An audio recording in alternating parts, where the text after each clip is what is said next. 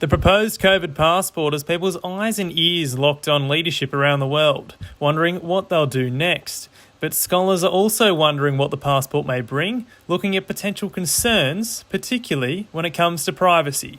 What happens when you have a government-sanctioned app that is built in a way that is not necessarily open and transparent? What kinds of data is it collecting while it is being a passport?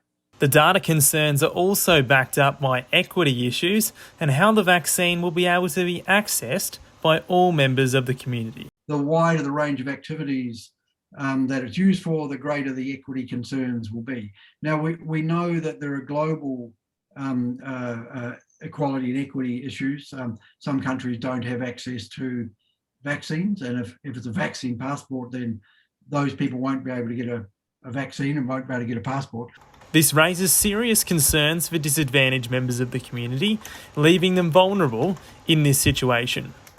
I think to figure out what the worst case scenario of these kinds of things are is we need to be talking to marginalised and disenfranchised communities. It's unclear how this will occur, though, with Prime Minister Scott Morrison continuing to hold a vague stance on the issue. All of those arrangements will have to be put in place, and that's what we'll have to work with the states and territories on. Well, we're not at that stage at the moment. But the states and territories are firing up on their stance to the vaccine passport, with the New South Wales Premier completely disregarding the Prime Minister's idea of using it as a way of entering different states.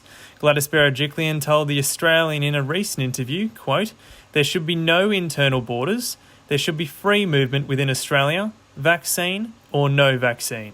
No one can be sure where Australia's stance on vaccine passports will go, but concerns are seemingly staying put for the foreseeable future.